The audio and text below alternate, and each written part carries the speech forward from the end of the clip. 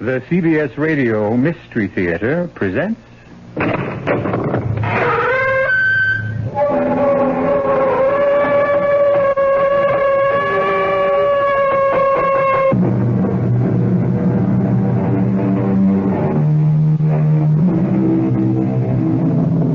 Come in. Welcome. I'm E.G. Marshall. Welcome to the world of... No, not your imagination this time, but that of a man, a writer, who had more than enough for both of us. This time, then, I bid you relax, let your imagination take a holiday, as I bring you not only a story of horror, but of wit and brilliance. Oscar Wilde's The Picture of Dorian Gray. But the portrait of you, Dorian, the portrait I painted of you, it is hideous. Dorian, what does this mean? It means that the wish, the frightful wish I made in your studio 18 months ago was granted. Impossible. The room is damp. Mildew has got into the canvas. The paints I used had some mineral poison in them. I tell you, the thing is impossible. This is the face of a monster. Yes, Hallward. The face of a monster. The face of my soul.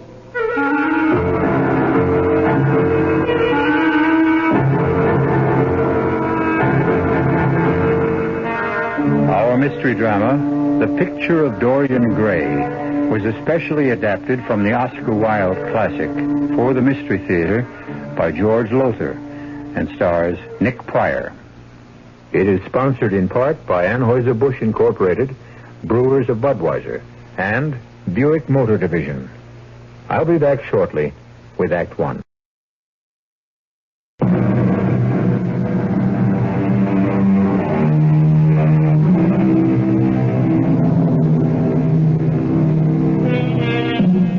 Nothing is new under the sun. Women's lib is as old as the Greeks, and the vaunted liberality of our times, do your own thing.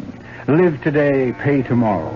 Whatever is pleasurable is right, was more than anticipated by a certain Victorian named Oscar Wilde, who in 1891 wrote The Picture of Dorian Gray. Come with me now to the London studio of the celebrated portrait painter Basil Hallward. A handsome young man, Dorian Gray, is having his portrait painted as he chats with Lord Henry Wotton, a rather dissolute, depraved man about town. Please don't move about so much, Dorian. And don't pay any attention to what Lord Henry says. He has a very bad influence on people. Have you, Lord Henry, a bad influence on people? There is no such thing as a good influence, Mr. Gray. All influence is immoral.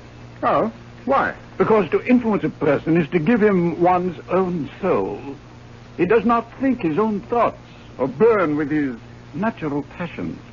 And so when one person influences another, if you were to influence me, for example... Your individuality would be to that degree destroyed. Just turn your head a little more to the right, Dorian. Well, I doubt if you could influence me very much, Sir Henry. I'm told you're a very wicked man. Wicked?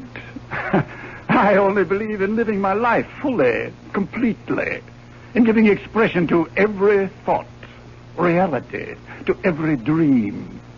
Most men believe in virtue. I believe in sin. In sin? Dorian, don't move, please. But of course, the only way to get rid of a temptation is to yield to it. A provocative thought, Lord Henry. The truth, nothing more. You, Mr. Gray, you yourself, a fresh youth of 20 summers, you have already had passions that made you afraid, thoughts that filled you with terror, daydreams and sleeping dreams whose mere memory might bring a flush of shame to your cheeks. Perhaps. Take my advice. Live while you're young. Youth is the one thing worth having. Oh, I don't feel that way, Lord Henry. Because you are young. Have your youth. But someday when you're old and wrinkled and ugly, when thought has seared your forehead with its lines, and passion branded your lips with its hideous fires, then you will feel it You will feel it terribly. You talk too much, Harry. And frankly, I don't much care for these thoughts you're putting into Dorian's head. Well, you'll not talk any longer. The portrait is finished. Come and look at it. Oh. Well, Dorian, what is it? Why did you draw back from your portrait? Don't you like it? I like it too much. Too much. Well, what do you mean? You have painted me as I am, but as Lord Henry just said, someday I shall be old, wrinkled, ugly. Oh, come, Mr. Gray, don't take me too seriously. Many, many years will pass before you are old. But why should it be that way? Why should this portrait keep what I must lose? Ah, if it were only the other way. If the picture could change, and I could always be what I am now, I'd sell my soul to the devil if that could be true. Oh, there's a portrait! Look out! The portrait's fallen to the floor. God in heaven, Lord Henry, you don't think the devil heard me, do you? Nothing as supernatural as all that, Dorian. I've been meaning to fix a cracked leg in that easel for weeks, and it finally broke, that's all. Is the portrait damaged? No, not in the least. Are you, Mr. Gray? I? Damaged? Did you mean what you said about selling your soul to the devil? I'm not sure. But you never know. If the portrait could grow old instead of me, I think I might. I really think I might.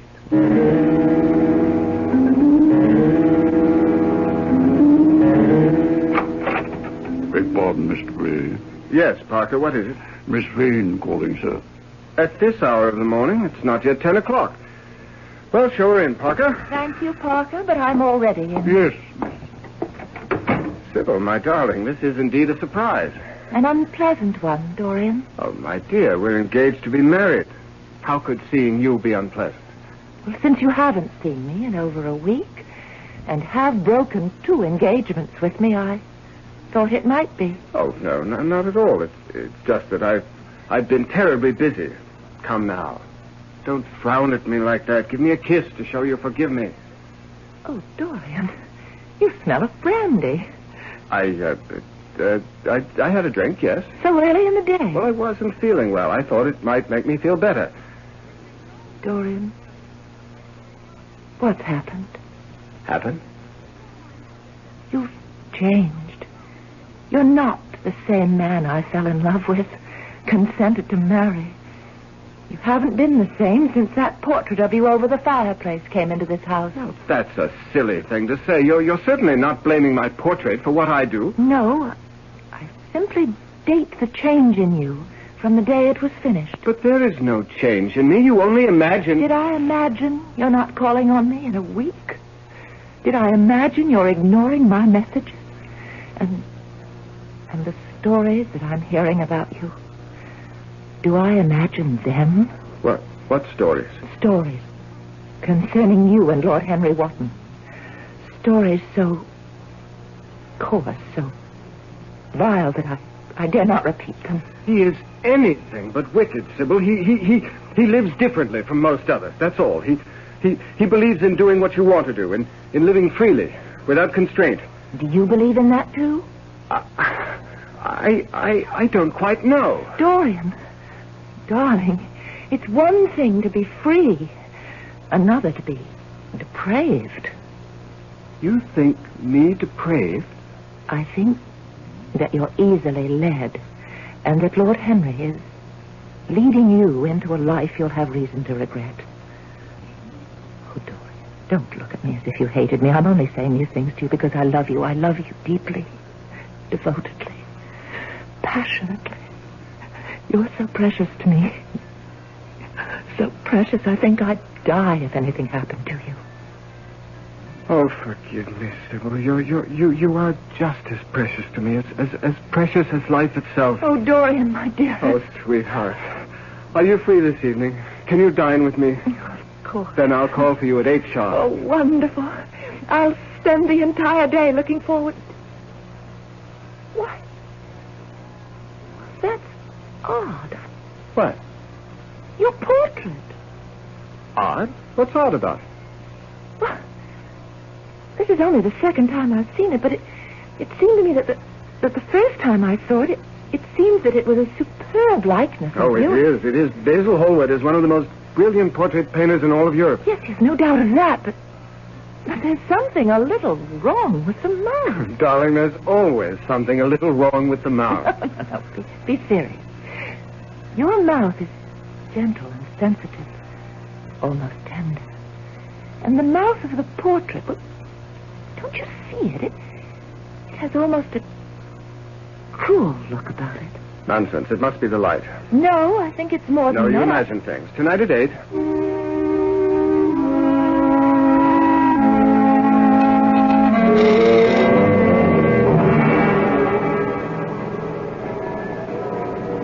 Dorian? Oh, Dorian. I knew that was you turning into Bond Street.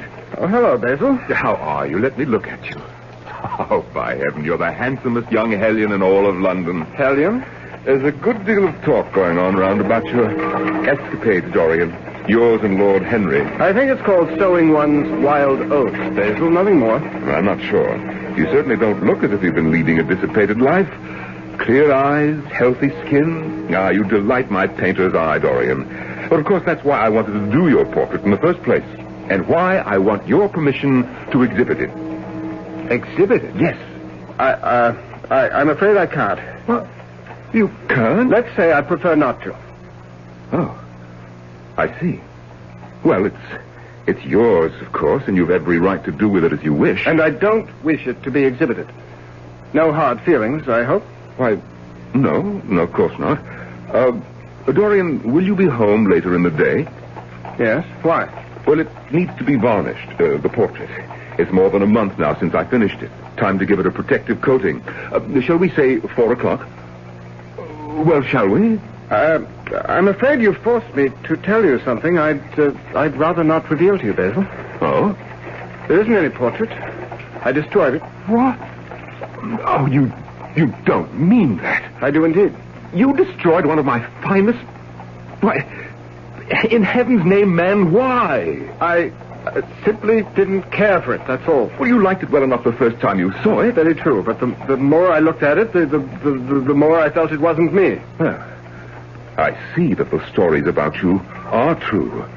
I was afraid they might be once I heard you'd become close friends with Harry Wotton. Your friend, too, Basil. Yes, but I'm older than you by 20 years, Dorian, and not easily led. Or rather misled. I am not being misled. I'm being taught, instructed, if you will, in what real pleasures life can hold if one will only let himself go. Remove it, sir? You heard me, Parker. I want the portrait taken down from over the fireplace and carted off to the attic. Whatever you say, sir, of course. But might I venture to suggest that if you had it placed in a different light... What has a different light to do with that? The light changes a good deal during the day, and the portrait seems to change with it. You've noticed the change, then? Oh, yes, sir. The changes that take place in the differing light altogether are fascinating, sir.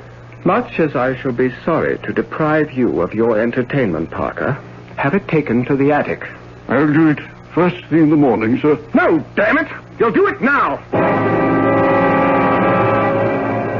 It would seem that Dorian Gray's wish is coming true. That the portrait is beginning to show the ravages of his dissipations, not he. But if that is so, and certainly it seems to be, what price will he be forced to pay before the end is reached? Who sells his soul to the devil deals with a harsh bargainer. I'll be back shortly with Act 2.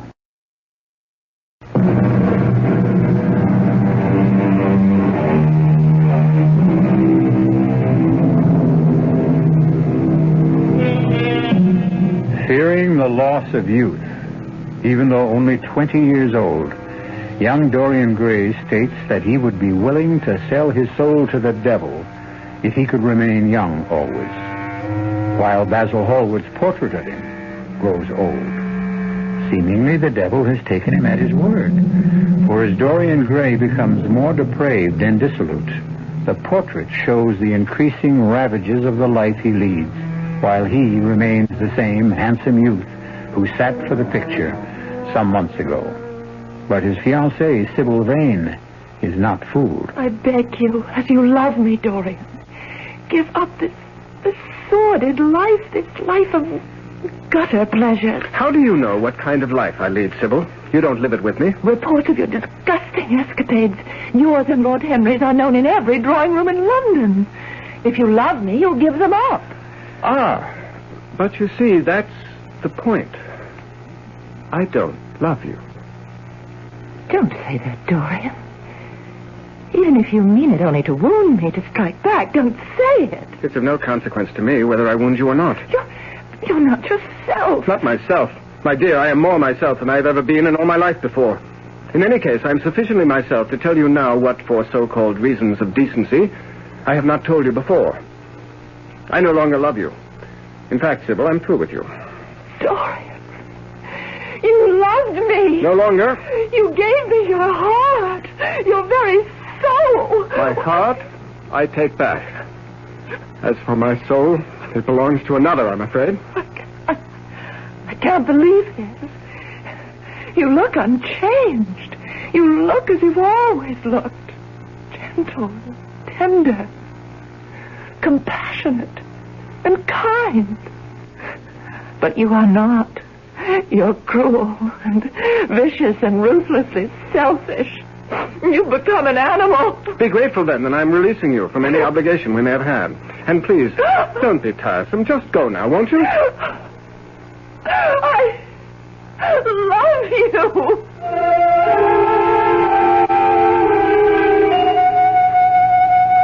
Whom did you say, Parker? Mr. Basil Hallward, sir. That's who I thought you said. Well, I'm already late for the opera. Tell him I'm not at home. Yes, sir. I'm sorry, Mr. Hallward, but Mr. Gray is not... Mr. Hallward, please, you can't go in there. Hallward, how dare you? I must see you. I thought you wished never to see me again. I am not here from choice, Dorian. What did you do to Sybil Vane? I? Nothing. Whatever has been done to Sybil Vane, she did to herself. What do you mean by that nonsense? Simply that I told her I no longer love her and want none of her. Sybil is dead, Dorian. By her own hand. Pity. And now, if you'll excuse me...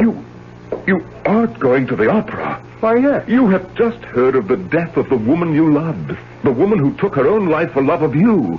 And you can go to the opera? Death, my dear Hallward, is a most unpleasant subject. And I live only for pleasure. Good night.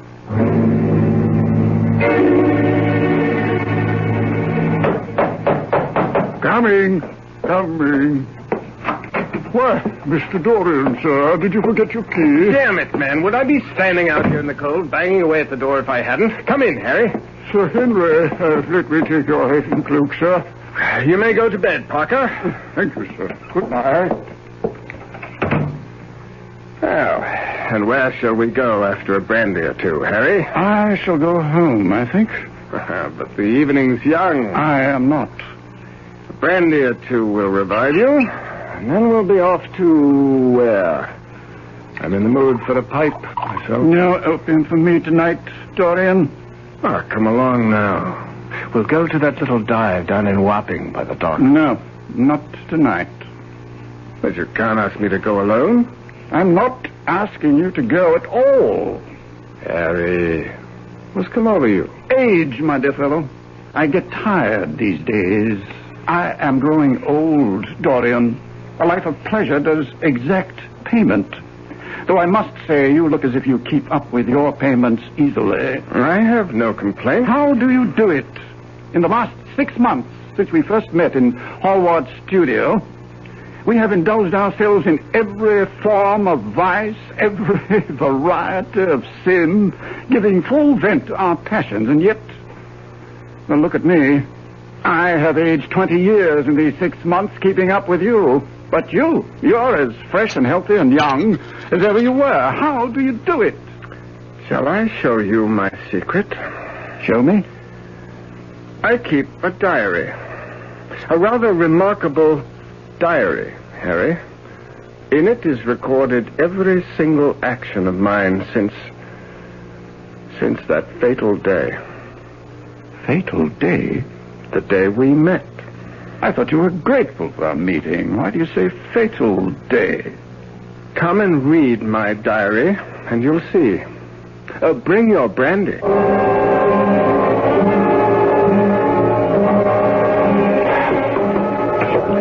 All these stairs, Dorian. Where are you taking me? The attic. You keep your diary in the attic? You'll see. Here we are. Wait a moment while I light a candle. All right, Harry. There. In that corner. I can't see a thing. Too dark. Too many shadows. It's a dark diary, Harry. And it has many shadows. Here. Take this candle. Now, go forward. Good Lord. I thought you'd be shocked, Harry. Shocked? I'm shattered. Where did you get this hideous painting? Basil Hallward. Impossible. Basil never painted anything as unholy, ungodly as this. Well, really, he didn't. I did. You? And you. Dorian, I'm tiring quickly of your veiled answers. What is this thing? It is a portrait done by Basil Hallward. It is the portrait of Dorian Gray. Of you? This is the portrait he finished that day? It was. It no longer is. But I don't understand that. What has happened here? What indeed? Dorian, tell me what? I made a wish in Hallward's studio, you remember? No. I said I would willingly sell my soul to the devil if I could remain forever youthful, no matter what excesses of physical pleasure I indulged in, and only this portrait aged. Yes, now I remember, yes. The devil heard and remembered, even though you did not. It's incredible. So have been the vile delights you revealed to me, Harry. The gutter pleasures, as Sybil termed them. Sybil Vane, your fiancée? Yes. She's dead, Harry. Oh, no. Ah, yes. And by her own hand. Suicide? Why? Why? She was such a lovely thing, fresh as a rose, innocent as a new fallen snowflake. You break my heart to tell me this. Why would she have done such a thing? Well, she didn't. I did. You? And again, you. Damn, enough of this, I say. What in hell's name are you getting at? I think the truth. What truth? That you were wrong. Tragically wrong. You said that day in Basil's studio, the body sins once and has done with its sin, for action is a mode of purification. Oh, Harry, how wrong you were. Not wrong. Beaten, whipped, vanquished, conquered by my own vices. And you led me into a life of sin? Led? Who led? You wanted it. I tell you truly that I have never been so appalled by such viciousness as I found in you. You said, that day you said, the only way to get rid of temptation is to yield to it. But I might have added that the only way to overcome temptation is to fight it.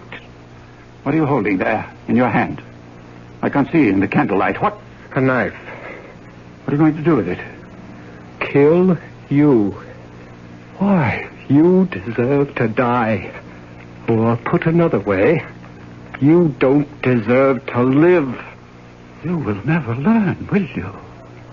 Life isn't something you deserve. It's a burden you must carry. Then be grateful to me, Harry. I am about to relieve you of your...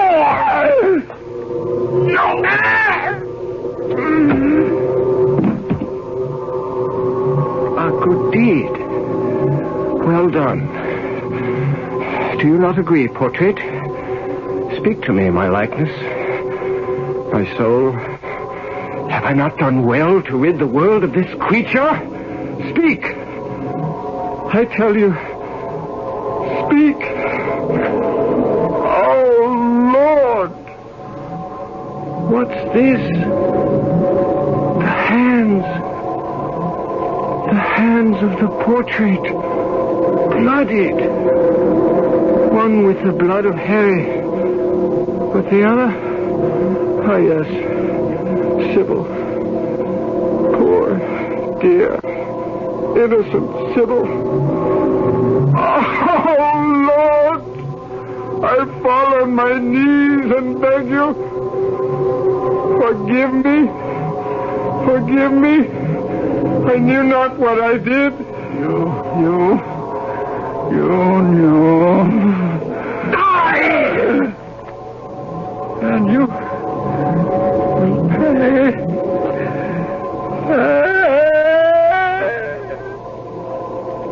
Pay. How much more? How much more?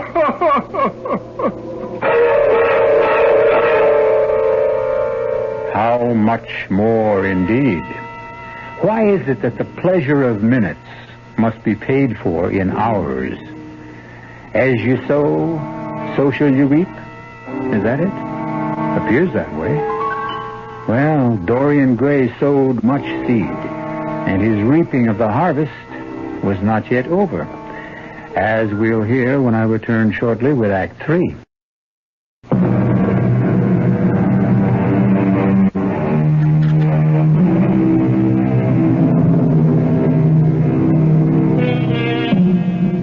The mills of the gods grind slowly, but they grind exceeding fine, as they did and were yet to do for Dorian Gray. See him as he sits now, near 3 in the morning, in the library of his London house. A youth uncommonly handsome, not a line in his attractive face, the personification of young innocence. Yet in the attic above stands the portrait of not him, but his soul. A soul made hideous by unmentionable sins. Oh, Basil, I'm grateful to you for coming. I cannot tell you how grateful. You should be. Candidly, I don't know why I came, but the message you sent with Parker, well, I'd be inhuman not to answer such a plea, even from the likes of you. Sit down. Let me give you a brandy. No. Now tell me what you want of me and be quick about it. Oh, I need your help. I am desperate. So I gathered from your message. Will you help me? I should not be here at 3 in the morning otherwise. Yes, I'll help you if I can, though you don't deserve it. I'll do it for the friendship we once had. Well, I went to the opera tonight with Sir Henry. You forget I brought you the news of Sybil Vane's death. Oh, yes, and you were scandalized, justifiably so, that I should still attend the opera. On our return here, Harry and I quarreled. And Basil, I killed him. Dorian. I stabbed him to death. At this moment, his body lies upstairs in the attic. The attic? It was there I killed him, in a sudden fit of rage. What in the world were you doing in the attic? I had taken him there to show him my portrait. What portrait? The one you did of me. The one I... But, Dorian, you told me you destroyed it. I lied. I didn't want you to exhibit it. You couldn't have in any case, but I didn't even want you to see it. Why in heaven's name not? You will see when we go up. You want me to go up there? Basil, you must get rid of the body for me. What? Are you mad? It would involve me in a murder. A murder for which you bear as much responsibility as I. Responsibility? I bear as much as... You painted the portrait. You introduced me to Sir Henry. Had it not been for either, I should not be in this frightful situation. Nonsense. You can't blame me for what you Help me. I beg you. I tell you no. Get someone else. Anyone. Or do it yourself. I can't. I dare not touch the body. I dare not even go near it. It revolts me. If I were to consent to this, how am I to get rid of the body? You came in your carriage, did you not? Yes. All right. You have only to carry the body down from the attic, put it in your carriage, drive to the river, and dump it in. What if I am seen? Well, you must take care not to be. Basil, please, for the friendship you once bore me, for the responsibility you do bear in all this, whether you agree or not, please. Well, I can at least go up with you and see what may be done. Thank you, Basil, thank you. I'll take the candelabra. Follow me.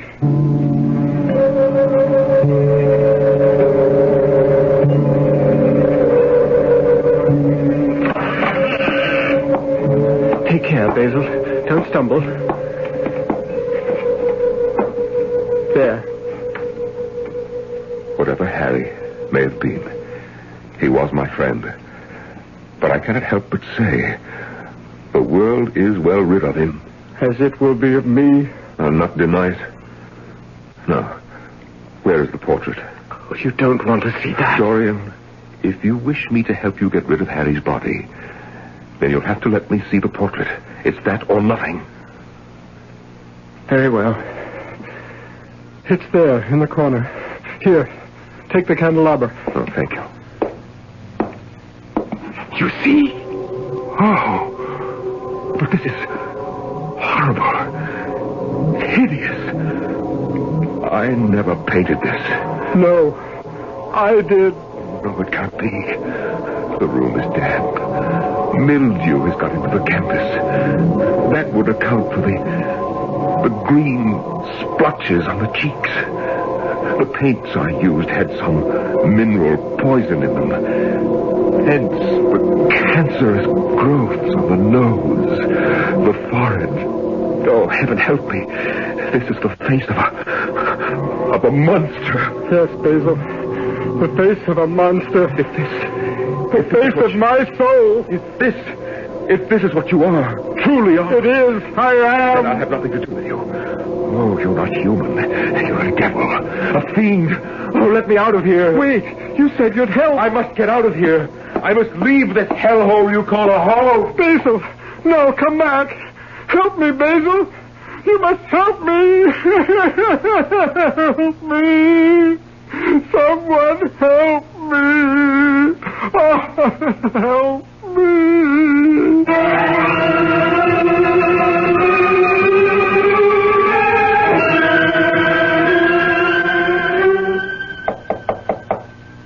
Yes, come. What now, Parker? You have visitors, sir. Who? Miss Catherine Wilson from British Charities. Oh, yes. Yes, show her in. Parker? Sir? You conveyed my order to the other servants? About the attic, oh, yes. No one will enter the attic, sir, without your permission. Not even you? Not even I, sir. Show Miss Wilson in. You come this way, Miss Wilson. Miss Catherine Wilson. Good of you to come, Miss Wilson. Won't you sit down? Thank you, Mr. Gray. May I say it's good of you to wish to contribute so handsome a sum to our charity. Yes, tell me about your charity. How will the money I give you be spent? Oh, in many ways. To help poor children, orphans, widows in need of assistance, young people who Young have not... people? Well, yes. Young men, young women, many of whom need help in all sorts of ways. Why do you look at me like that? What did you say your name is? Catherine Wilson. Why do you ask? You look very much like a young woman I was engaged to marry once. It's strange. You didn't look like her when you came in, but now you seem to be changing before my very eyes. No, Mr. Gray. I am me. No, you're not. You're Sybil Vane. Mr. Gray. You're Sybil. Only you can't be because you're dead. Dead. You are dead, aren't you? Please, Mr. Gray, take your hands off me. What's come over you, sir? You're not dead. You are here. It is you. Ah, Sybil. Sybil, my darling. Mr. Gray, no, please. don't pull away. Let me hold you, embrace you, love you as I once... Oh, good Lord. Oh, what am I doing? You're not Sybil Vane. Mr. Gray, I'm afraid you're ill, not yourself. I shall come back some other day. No. Good day, Mr. Gray. What happened to me? What is happening to me? Sir, are you all right? The young lady said she thought you were ill. I confess I don't feel altogether well. Some brandy, sir? Yes. Please, Harry. Beg pardon, sir. What? Why, I think you called me Harry. Oh, how could I possibly have called you Harry? Harry's dead. Sir Henry dead, sir? What? What? Sir, you are ill. No, don't try to get up, sir. Sit right there. I'll fetch the brandy. Yes, do that. You'll forgive my saying so, sir, but to judge from Sir Henry's high spirits when you returned from the opera last night, he has many years yet to live. In hell? Sir, you were saying the strangest things. Here, drink this. Oh, thank you, Harry. Sir, it's Parker, your manservant. The best servant a man ever had. A devoted man, more friend than servant. Better friend than any of them. Better friend than you are, Harry. You swine. Sir. Get out, Harry. Damn you. Get out! Mr. Dorian, sir. What, Parker? Sir, I'm going to fetch the doctor. Doctor? No doctor can help me, Parker. Permit me to differ, sir. I shall fetch him at once.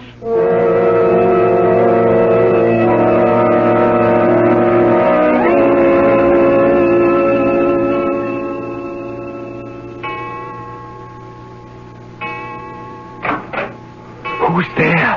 Only Parker, sir. It's 11 o'clock. I thought I'd just look in on you before retiring. How do you feel, sir? Not well. I can't sleep. The powders the doctor prescribed, they don't help? They've made me worse, if anything. Filled my head with all sorts of fearful thoughts, Parker. Nightmarish thoughts of death. Decay. What have I done? Oh, what have I done? There now, Mr. Dorian, don't take on so. Why, for a man like you to have thoughts of death, that's so ridiculous, sir. Look at you, so young, so handsome, so full of spirit. I am old and ugly and decayed. Oh, sir, if you could see yourself in the glass, but never mind now. Here, let me pull the quilt up around your shoulders, and then you'll sleep. Oh, one thing more. Who was that at the front door earlier tonight? Oh, nothing important, sir. It was a message from Mr. Hallward's housekeeper, sir. Basil's housekeeper? Why would she send a message? Oh, she thought you'd want to know, since you were one of his closest friends. Were? Oh, I'm sorry to tell you he's dead, sir. How? He took his own life, sir. Oh, sir. Sir, I shouldn't have told you. I'll fetch the doctor. No. Yeah, you need help. Yes. And you can help me, Parker. Anything, sir, anything. Help me to the attic. The attic? I feel too weak to go alone. Nor do I dare go alone. And there is something I must do. Help me, good friend. Please help me. Careful. Let me get an arm around you. The candle. Sir. Yeah, the candle. Can you manage? Easily. Let us go then.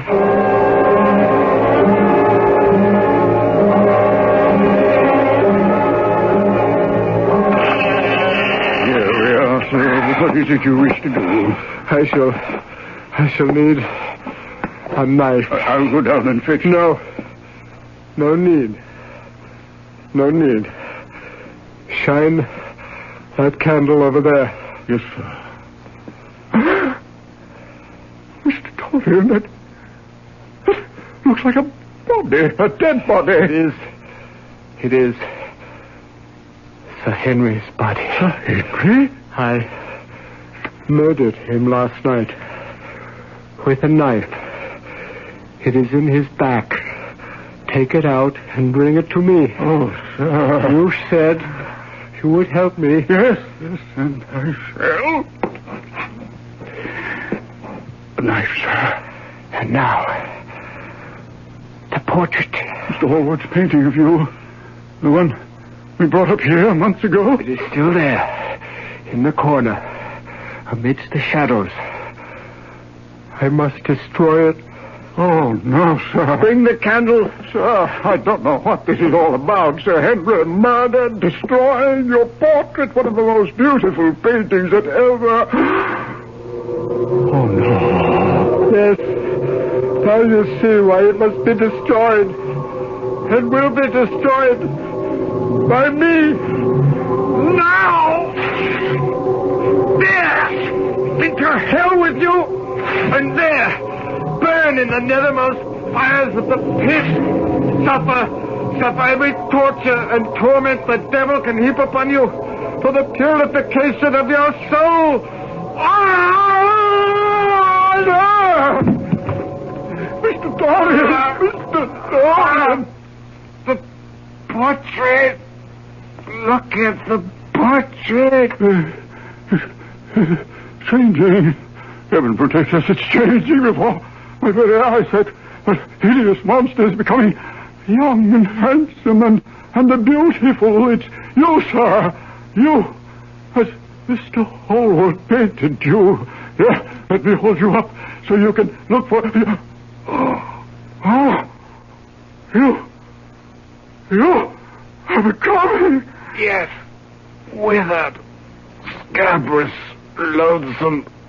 I have become what I really am. The true picture of Dorian Gray.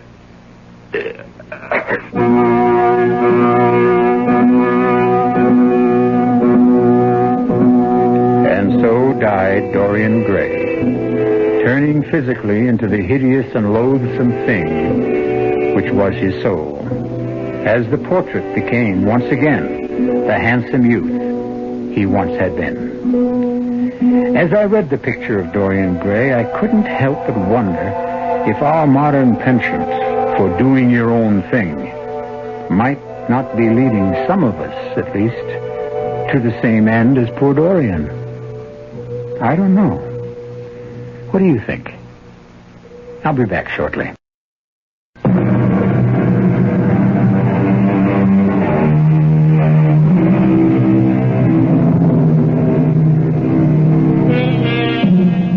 Oscar Wilde poured into the picture of Dorian Gray all his brilliant wit and all his wisdom, too. The wisdom of experience. For Wilde lived life to the hilt and paid for it, as must we all. Our cast included Nick Pryor, Norman Rose, and Roger DeCoven. The entire production was under the direction of Himan Brown. Now, a preview of our next tale. Unlax that belt, paleface, or I'll use it to make your other end red. Better get on your horse. Bye, Mom. I love you. I love you too, Billy boy. And I also could kill your Uncle Ralph for this stupid birthday present. Guns. What place do they have in our life? Or anyone's? Why does the back doorbell always ring when you're at the front? Coming! All right. What's so important? Yes? Hello, wife. Long time no see. Who are you? What do you... Oh, no. It could be... Radio Mystery Theater was sponsored in part by Buick Motor Division and Anheuser-Busch Incorporated, brewers of Budweiser. This is E.G. Marshall inviting you to return to our Mystery Theater for another adventure in the macabre. Until next time, pleasant dreams.